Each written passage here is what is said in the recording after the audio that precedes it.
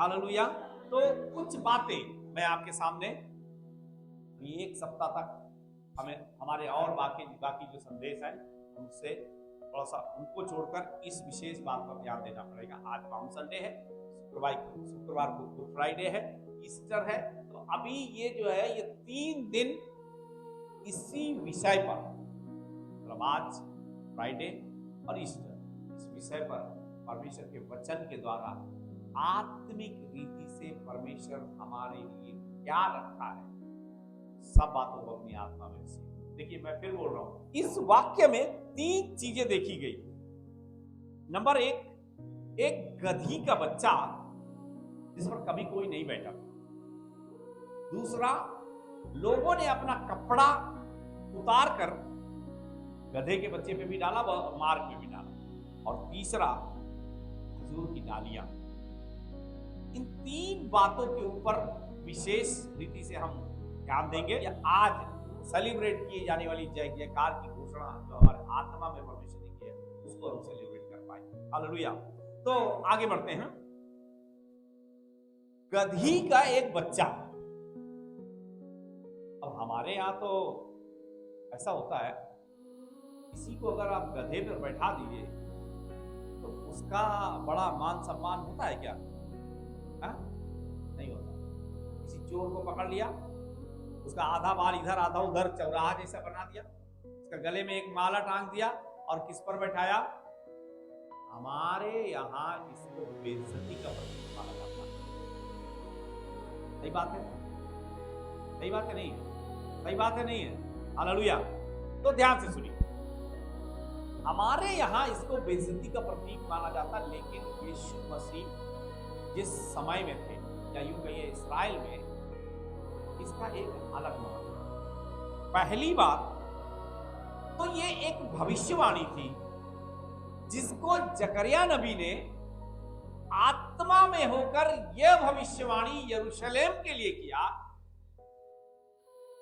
जिस उद्धारकर्ता को आने के लिए सारे नबियों ने भविष्यवाणी की, उस उद्धारकर्ता के विषय में जकरिया नबी आत्मा में होकर यीशु मसीह एक दिन यरूशलेम में जय जयकार के साथ प्रवेश करेगा, इसके लिए एक भविष्यवाणी किया। इसलिए यीशु को गधी के बच्चे पर बैठकर जाना पहले से भविष्यवाणी में घोषणा किया गया। जकरिया नबी की पुस्तक उसका 9 अध्याय और उसका 9 वचन जब आप पढ़ेंगे तो आपको जो यूहन्ना 12 में आप पढ़ रहे हैं वही बात को जकरिया 9 अध्याय के 9 वचन में भी आप ध्यान दें। क्या लिखा है मालूम है? सिय्योन बहुत ही मगन हो, हे यरूशलेम जय जयकार कर, क्योंकि तेरा राजा तेरे पास आएगा। वो धर्मी और उद्धार पाया हुआ है, वो दीन है और गधे पर भरन, गधी के बच्चे पर चढ़ा हुआ है। तो पहली बात, यीशु क्यों गधे के बच्चे पर बैठा? क्योंकि जकरिया नबी ने 9 अध्याय उसके 9 वचन में पहले ही इस भविष्यवाणी को कर दिया था, और जकरिया अपनी भविष्यवाणी में यीशु को एक राजा के रूप में घोषित कर रहा है। हालेलुया। अब राजा बोला तो क्या मतलब हुआ? राजा भविष्यवाणी में यीशु मसीह को एक राजा के रूप में प्रस्तुत किया जाता। अब राजाओं के लिए क्या होता था कि जिन राजाओं को युद्ध पे जाना होता था वो राजा घोड़े और रथों पर जाते थे। हालेलुया। देखिए, परमेश्वर का आत्मा आप अपने वचन से आपकी आत्मा में, मैंने बोला ना, ये घटना 2026 वर्ष पहले की नहीं है, ये घटना आपकी आत्मा में परमेश्वर आज ही लाना चाहता है। तो जिन राजाओं को युद्ध करने जाना था तो वो घोड़ों और रथों पर जाकर युद्ध करने जाते थे, लेकिन जिन राजाओं को शांति का संदेश देना था वो गधे पर बैठ के जाते। इसलिए जकरिया अपनी भविष्यवाणी में यीशु को एक राजा के रूप में, और यशायाह नबी की पुस्तक को जब आप पढ़ेंगे तो वहां पर लिखा हुआ है कि वो शांति का राजकुमार, अद्भुत युक्ति करने वाला, पराक्रमी परमेश्वर और अनंत काल का पिता। तो वो राजा जब यरूशलेम के अंदर प्रवेश कर रहा है तो एक शांति का संदेश लेकर यरूशलेम में प्रवेश कर रहा है, और इसलिए वो राजा घोड़े और रथों पर सवार नहीं हो रहा है, परंतु एक गधी के बच्चे पर, जिस पर कभी कोई सवार नहीं हुआ, बैठकर उस यरूशलेम के हालेलुया। जरूर ये सवाल हमारे दिमाग में आता होगा, क्यों यीशु मसीह गधे पर क्यों बैठे? गधे का एक स्वभाव है, आप उसके ऊपर कितना भी वजन ला दीजिए वो गिर जाएगा वजन से। कहेगा, ये कहूंगा उनकी क्षमता से बहुत ज्यादा उनके ऊपर वजन लाद दिया जाता है, और मैंने कई कई गधों को देखा है गिर जाते हुए वजन के कारण, लेकिन वो फिर भी उठकर खड़े होते हैं और फिर उसको लेकर चलने। ये उसकी नम्रता है, और उसकी नम्रता के कारण भी परमेश्वर ने उसको चुना, लेकिन उसका मुख्य कारण ये नहीं था। उसका मुख्य कारण यही है, एक तो जकरिया नबी की भविष्यवाणी, और दूसरा गधे के ऊपर एक संदेश देने वाला जो है वो शांति का संदेश देना। फिर भी कुछ बातों को हमें ध्यान से सुनना और समझना। दूसरा बात यह है कि लोगों ने अपना वस्त्र गधे के ऊपर मार दिया। ये एक ऐसे चित्र को प्रस्तुत कर रहा है जो कि लोग आसानी से कोई अपना कपड़ा किसी के मार्ग पर नहीं बिछा।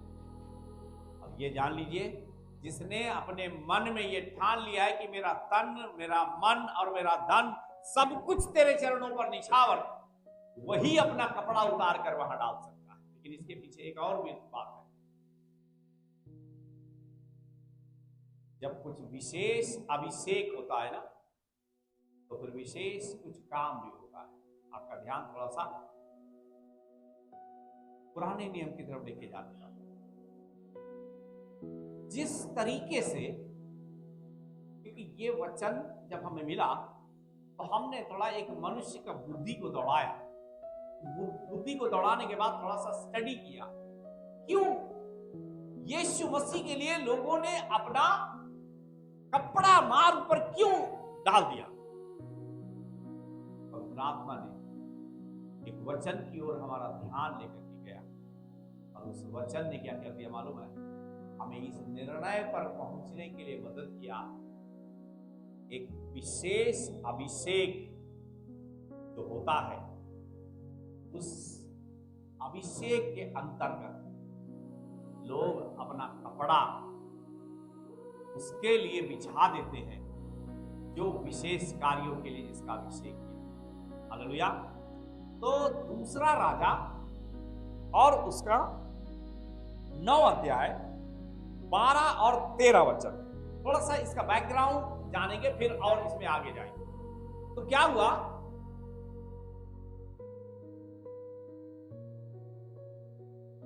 लिखा हुआ है, उन्होंने कहा झूठ है, हमें बता दे। उसने कहा, उसने मुझसे कहा है। कहा तो बहुत, तो मतलब यह है कि यहोवा यूं कहता है, मैं इस्राएल का राजा होने के लिए तेरा अभिषेक करता हूं। तब उन्होंने झट अपना अपना वस्त्र उतार कर उसके नीचे सीढ़ी ही पर बिछाया, और नरसिंगा फूंकते हुए ये कहने लगे कि येहू राजा है। हालेलुया। दो बातें आपको, एक ओल्ड टेस्टामेंट में, एक न्यू टेस्टामेंट में, ये दोनों बातें सामान्य सी दिख रही हैं, लेकिन एक विशेष काम के लिए येहू का भी अभिषेक किया गया था, और एक विशेष काम के लिए यीशु का भी अभिषेक किया गया था। इसीलिए इन दोनों में ये समानता दिखाई दे रही है।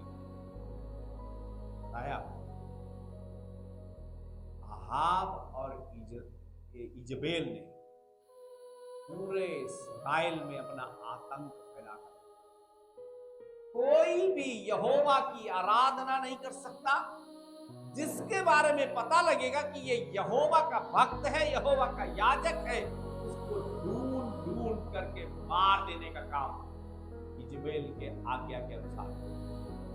पिछले बार मैंने बताया था ना,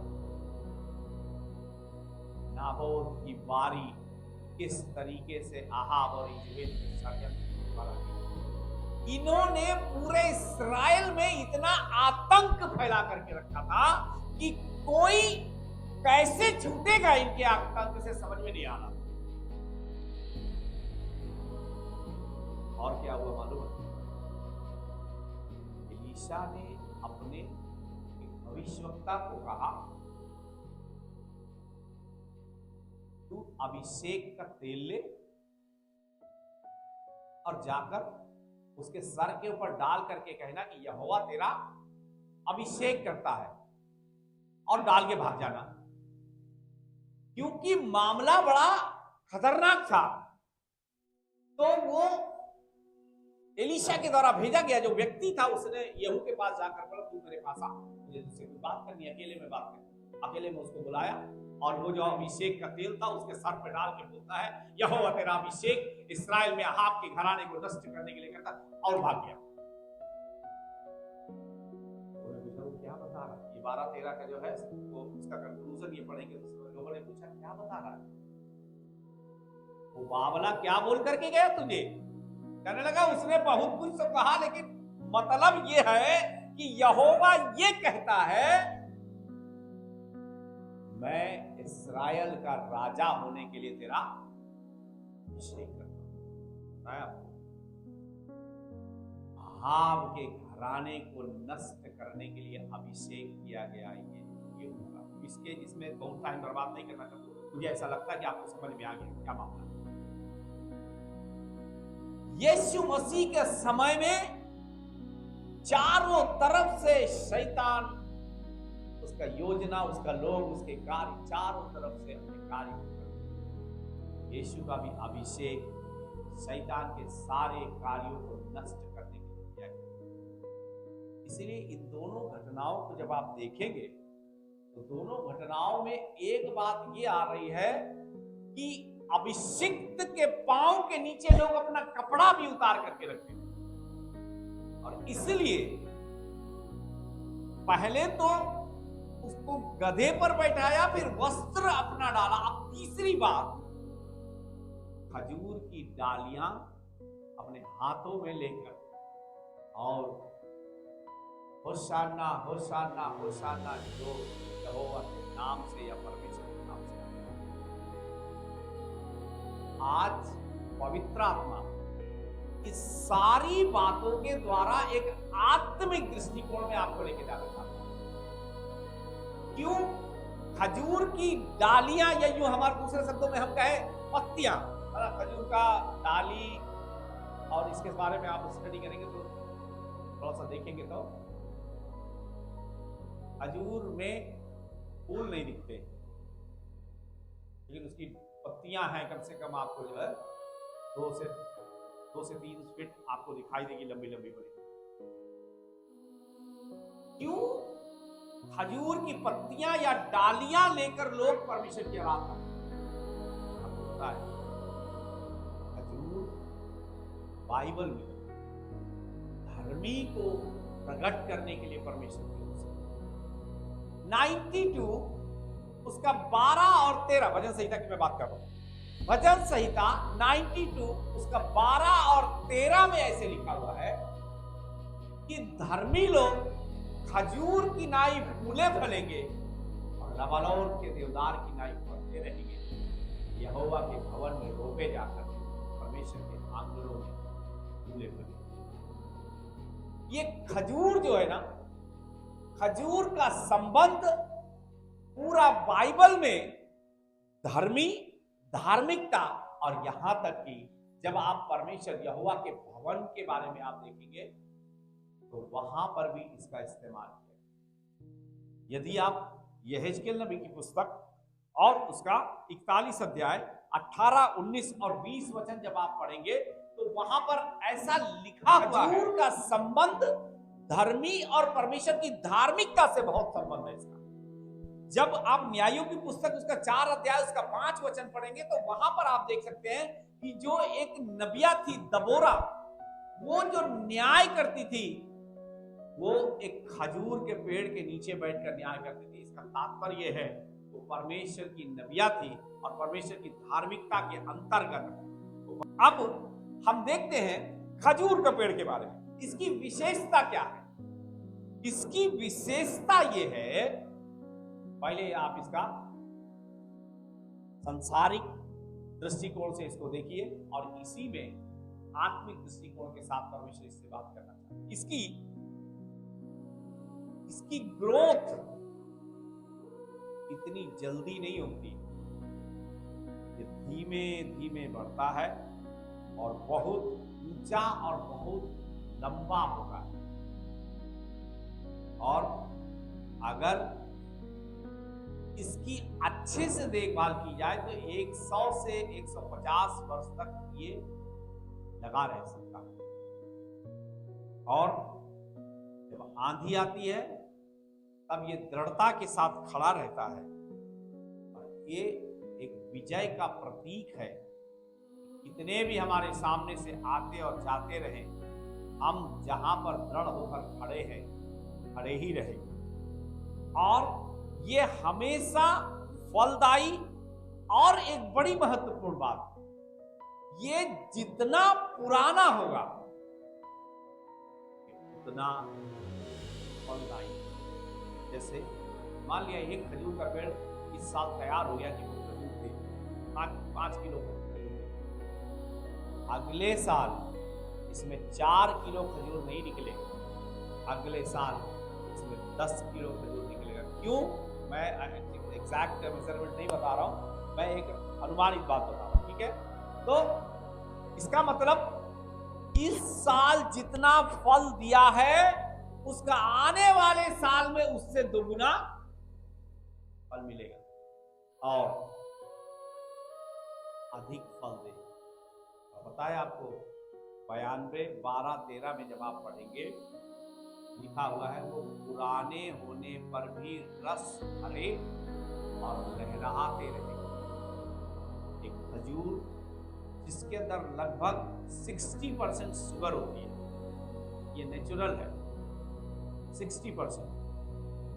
ये जितना 1-2 साल की उसकी उपज में शायद इतना मिठास उसके अंदर ना होने के उतना पुराना होता जाएगा, उतना रस भरता जाएगा और उतना लहलहाता जाएगा। और इसकी जड़ें जितना पुराना होगा उतना गहरा होगा। ये है इसका सांसारिक दृष्टिकोण, जिसको आप भी शायद जानते हो अच्छे तरीके से। हालेलुया।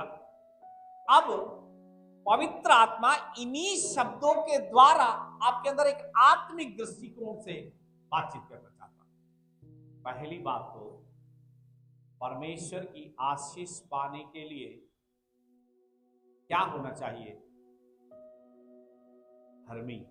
क्या होना चाहिए? परमेश्वर की आशीष पाने के लिए धर्मी होना चाहिए।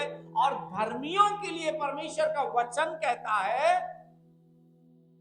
कि धर्मी लोग खजूर की नाई फले फूलेंगे और लबानोन के देवदारों की नाई बढ़ते चले जाएंगे।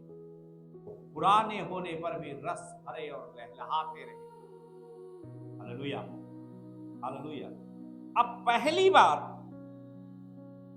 जिस तरीके से खजूर के पेड़ का विकास बड़े धीरे धीरे होता है, वैसे ही धर्मी का विकास भी धीरे धीरे होता है। मेरे प्रियो, सबसे महत्वपूर्ण बात जो परमेश्वर का वचन ये कह रहा है, आप धर्मी होना चाहिए, तब सब प्रकार का व्यवहार परमेश्वर आपके साथ। आप उदाहरण के लिए, अभी तो मेरे पीछे आजकल बहुत सा ऐसे लोगों को हमने देखा हुआ है, वो अपने टी शर्ट के पीछे या फिर यहां पर भी कुछ लिखवा रहे थे, मैं यीशु का हूं, आई लव जीसस, या फिर क्या क्या वो लिखवा लेते हैं। ये एक बाहरी प्रगटीकरण है, ताकि जो कोई मुझको देखे वो मुझको देखकर ये जान ले कि मैं ये प्रकट कर रहा हूं कि मैं यीशु से प्यार करता हूं, और इसलिए लिख करके भी रखता है। आपको पता है, ऐसा पोस्टर जो बाहरी रूप से लगाकर लोगों को दिखाने के लिए मैंने रखा हुआ है, ये पोस्टर एक दिन फट जाएगा। और पोस्टर जिस दिन फट जाएगा उस दिन सारा बाहरी प्रेम धरा का धरा रह जाएगा। इसलिए बहुत से लोग मैं यीशु से प्रेम करता हूं, यहां पर कुछ ऐसा क्रॉस जैसा कोई चीज पहन लेंगे या बैंड वगैरह लगा लेंगे, ये हमारा शरीर का बाहरी चिन्ह है कि हम प्रकट कर रहे हैं कि हम परमेश्वर से प्रेम करते हैं। लेकिन मेरे प्रियो, अगर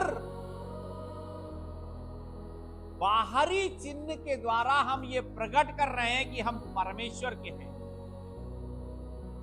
याद रखिएगा एक दिन परमेश्वर ही उस पोस्टर को फाड़ देगा। शैतान को भरमाने के लिए बहुत सा रास्ता है आपके पास। वो क्या करता मालूम है? वो थोड़ा सा आराम देके बहुत बेचैन करने की योजना बनाना। ये गले वले में कुछ डालने से, हाथ में कुछ बैंड डाल लेने से, ये ऊपरी दिखावा होने से आपके जीवन में कुछ नहीं होता।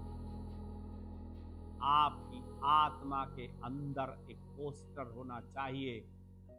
क्रूस आपकी आत्मा में होने के समय, मैं आपको बताऊं, शैतान के पास इतना अधिकार नहीं है आपके अंदर वाले पोस्टर को फाड़ दें, क्योंकि यीशु ने कहा जो मेरे पास आएगा उसे मैं किसी रीति से कभी ना निकालूंगा। हालेलुया। इसलिए धर्मी कभी अचानक से नहीं बढ़ता है, और अगर बढ़ता है तो देखकर जान लीजिए ये आशीषें परमेश्वर की तरफ से नहीं है। आज ये आ गया, कल वो आ गया, परसों वो आ गया, उसके परसों फिर वो आ गया, और क्या बता, देखा तुम बस खाली दुआ करते रहो, प्रार्थना करते रहो, और इतने दिन से तुम कुछ नहीं पा पाओगे। मुझे देखो, कल ये लाया था, परसों वो लाया था, उसके नरसों वो लाया था, फिर ये ले आया, वो ले आया। कभी भी शैतान के भरमाने में नहीं आना, और इस संसार की वस्तुओं को पाकर बहुत ज्यादा खुश होने की जरूरत। लेकिन जो धर्मी होता है ना, वो धीरे धीरे बढ़ता है, क्योंकि उसकी ग्रोथ इसलिए धीमे धीमे होती है क्योंकि उसको लंबा जाना है, उसको लंबा चलना है। हालेलुया। जिस चीज को लंबा जाना है तो फिर उसकी केयर करके बड़ा धीरे धीरे धीरे उसकी ग्रोथ होनी है। इसलिए अचानक से परमेश्वर किसी भी धर्मी को आजकल और परसों की आशीषें नहीं देता, क्योंकि आजकल और परसों की आशीषें पहला तो मन लाएगी और दूसरा की बहुत जल्दी गिरा। इसलिए धर्मी को खजूर की नाई परमेश्वर की तुलना की। इसलिए बैठे हुए कई लोग अपने जीवन में स्ट्रगल कर रहे हैं, उनको आर्थिक परेशानी हो सकती है, उनके पास अच्छे से पहनने के लिए कपड़ा नहीं हो सकता है, उनके पास अच्छे से खाना खाने के लिए नहीं हो सकता है, उनको बहुत सारी यात्रा की सुविधाएं नहीं मिल सकती हैं, उनके जीवन में जो मूलभूत आवश्यकताएं हैं शायद वो भी उन्हें ना मिलती हों। लेकिन इन सब बातों पर को ध्यान से अपने जीवन में देखकर, सुनकर और समझकर रखना। हमेशा ऐसा हालात नहीं रहेगा। हमेशा ऐसा समस्या नहीं रहेगा, हमेशा ऐसा परेशानी नहीं रहेगा, हमेशा कुछ कुछ बातों को जिनमें हम स्ट्रगल कर रहे हैं हमेशा नहीं होगा। पता है आपको, परमेश्वर इस प्रोसेस में आपको लेकर के जा रहा है। इसीलिए धर्मी को परमेश्वर रात और सुबह और रात के बीच में बहुत बढ़ाता नहीं है।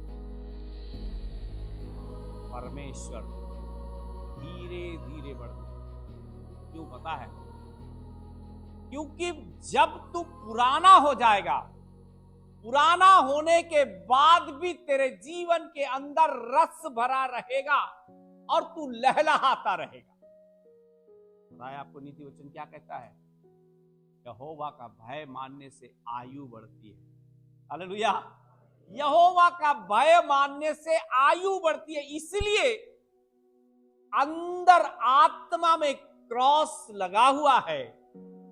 धीरे धीरे परमेश्वर उन्नति और तरक्की हमारे जीवन में करते करते एक और महत्वपूर्ण बात, जहां पर आपको शैतान ले जाएगा वहां से ऐसा पटकेगा कि दोबारा उठने का मौका नहीं मिलेगा। लेकिन धीरे धीरे धीरे धीरे परमेश्वर आपको जहां पर लेके जाएगा, दुनिया की कोई ताकत आपको वहां से गिरा नहीं सकती। ये अंतर है। और कोई भी व्यक्ति खजूर का पेड़ देखने के समय जमीन में देखकर नहीं देखता है। हर व्यक्ति को खजूर का पेड़ देखने के लिए गर्दन को बहुत टेढ़ा करके ऊपर से देखना पड़ता है। क्यों? क्योंकि वो ऐसे ही नहीं हो गया है। धीरे धीरे धीरे धीरे परमेश्वर ने उसके स्तर को इतना बड़ा कर दिया है, जो भी देखेगा तो गर्दन को टेढ़ाई करके देखना पड़ेगा।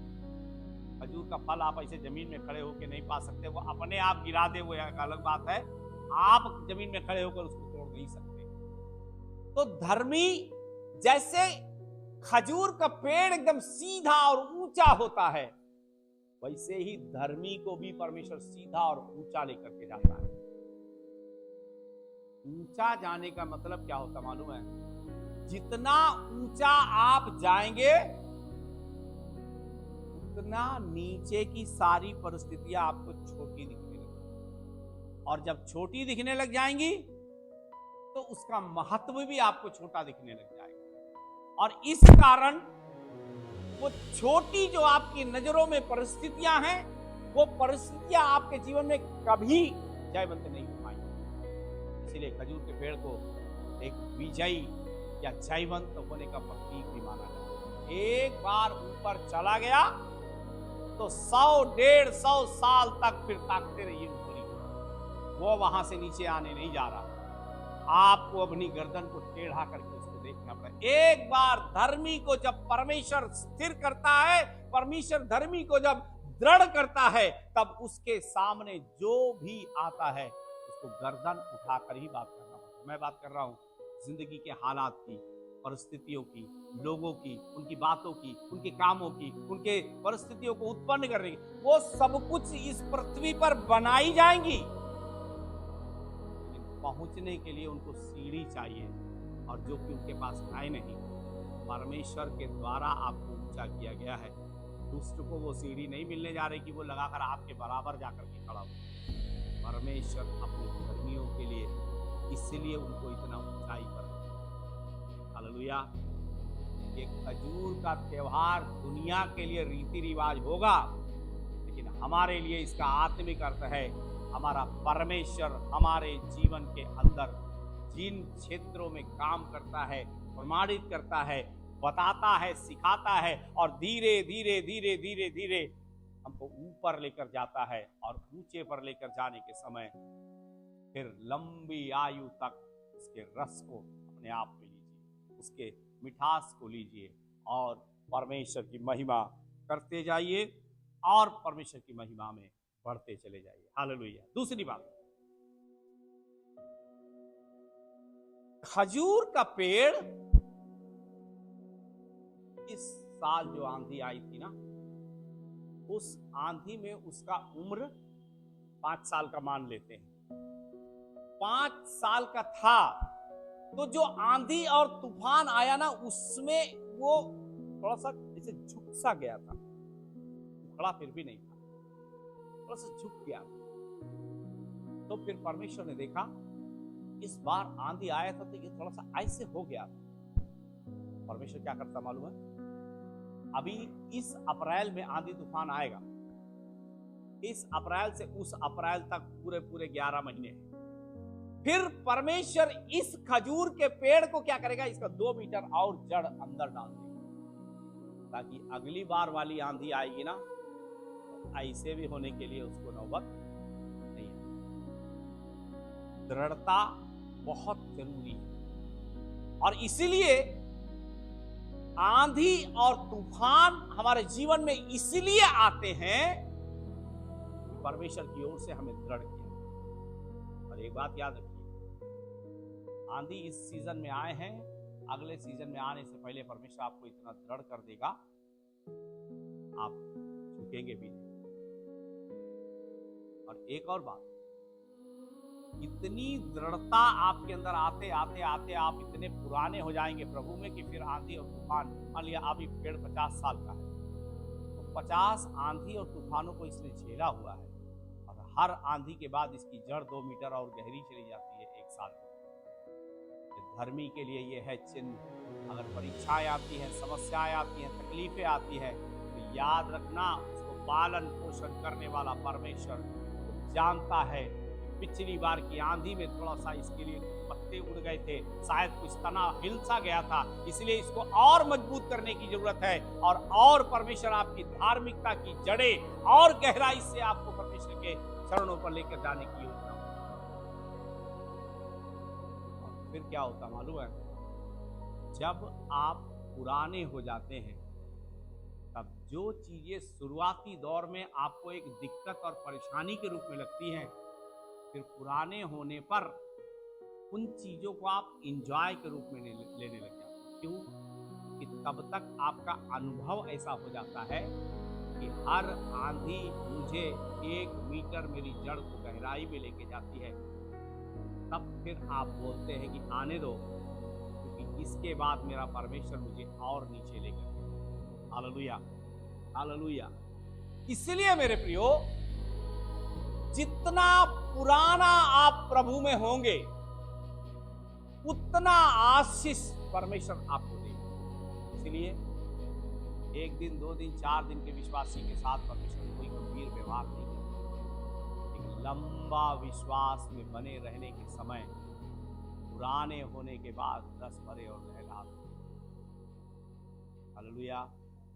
धर्मी खजूर की नाई फलेंगे और फूलेंगे, लबानोन के देवदारों की नाई। ये आंधी और तूफान जो है ना, नए लोगों को उड़ा ले जाने का प्रयास करती है, लेकिन जब 50 साल का, 60 साल का, 70 साल का एक पुराना खजूर का पेड़ लगा हुआ है, अभी उसके लिए कोई टेंशन की बात नहीं है। आंधी तूफान उसकी आदत सी हो गई, क्योंकि उसको पता है इस आंधी के बाद एक बड़ी तगड़ी ग्रोथ भी मेरा इंतजार कर रहा है, और फिर वो खड़ा होकर आनंदित होता है उस बात।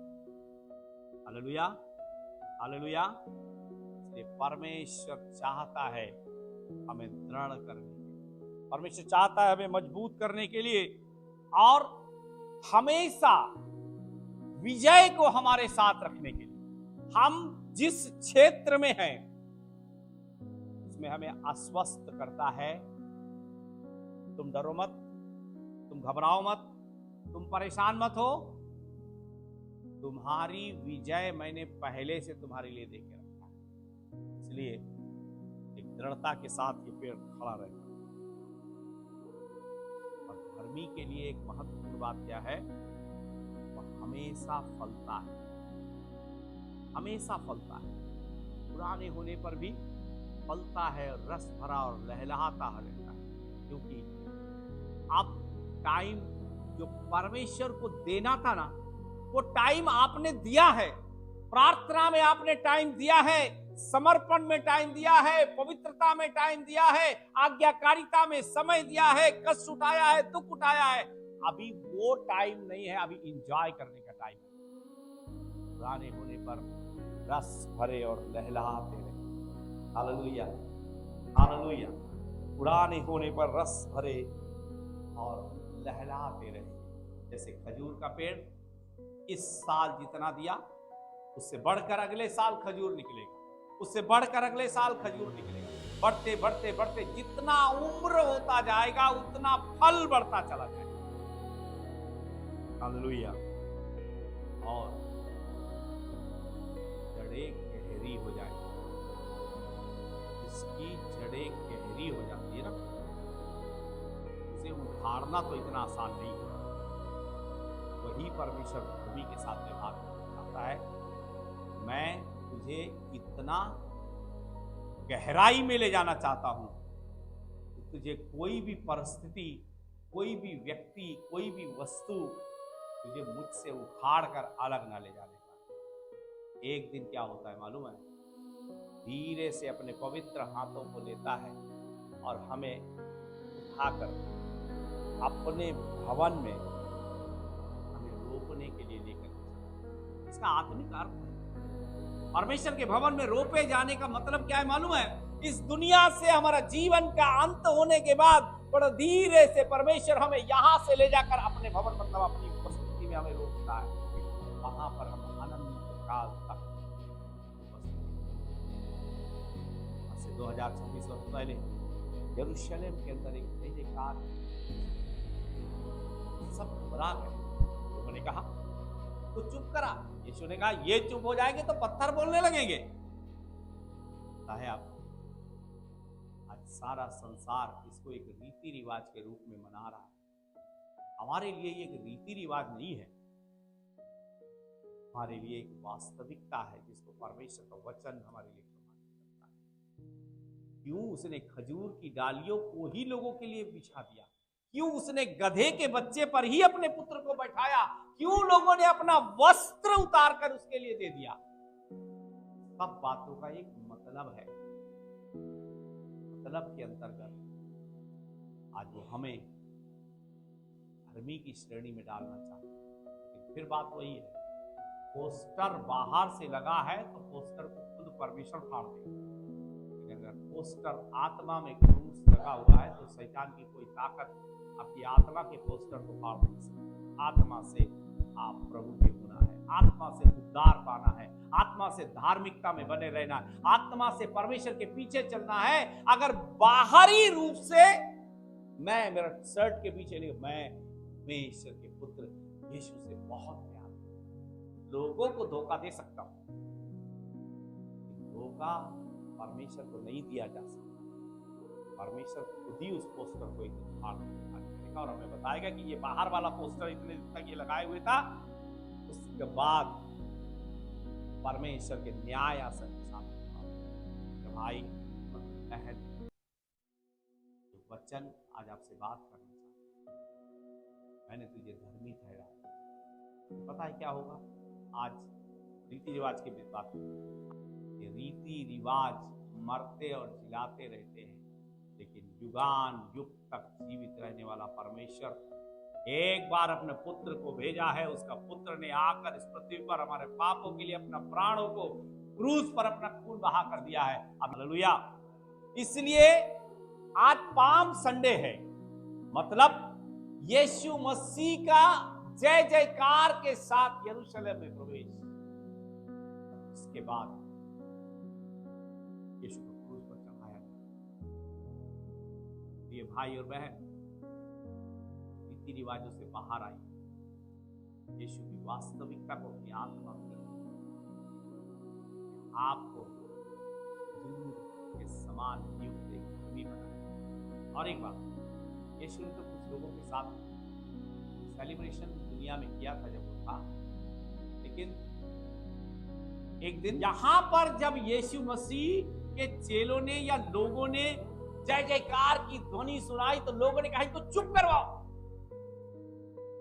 उन्होंने कहा ये चुप हो गए तो पत्थर बोल उठे। लेकिन वहां पर, कहां पर? स्वर्ग में।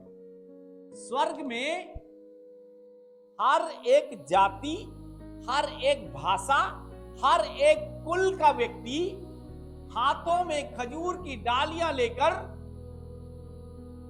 परमेश्वर की आराधना करें। और एक इतनी बड़ी भीड़ जिसको दुनिया में कोई गिन ही नहीं सकता। आपको एक बड़ी महत्वपूर्ण बात इन दोनों चित्रों में बताता। एक भीड़ को चुप कराने के लिए प्रेशर बनाया जा रहा है, लेकिन स्वर्ग में कोई चुप कराने वाला नहीं होगा।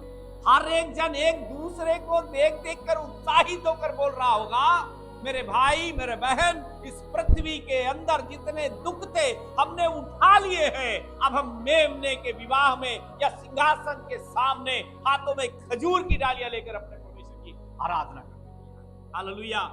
वहां आपको कोई मना करने वाला, यहां सदूकी और फरीसी कह रहे थे कि इनको चुप करा ले, लेकिन स्वर्ग में आपको कोई रोकने वाला नहीं। इसलिए मेरे भाई और बहन, यहां पर लोग जब आपको चुप कराते हैं और अगर आप चुप हो जाए तो वहां पर जय जयकार करने की ना तो सामर्थ्य ना तो हिम्मत आपके पास है। इसलिए यहां के नियम और कानून मनुष्य के द्वारा बनाए गए हैं, स्वर्गीय कानून कुछ इससे अलग है। इसलिए जय जयकार की ध्वनि शरीर में रहते हुए परमेश्वर की आराधना करेंगे, स्वर्ग में भी हाथों में गालियां लेकर। Hallelujah, hallelujah. परमेश्वर योजना के अंतर्गत आपके प्राण, फिर भी सारे संसार के सामने एक शांति का संदेश भी देते हैं। इसलिए वो गधे के ऊपर सवार, लोगों ने उसके अपने मन से, अपने तन से, अपने शरीर के सारे क्षेत्रों से उसे अपना राजा मान लिया था, और इसलिए उसके लिए अपने कपड़ों को उतार कर उसके माथ पर और गधे पर बिछा। आज वो प्रभु चाहता है उन लोगों के समान हम भी अपने जीवन के हर क्षेत्र को प्रभु के चरणों पर समर्पित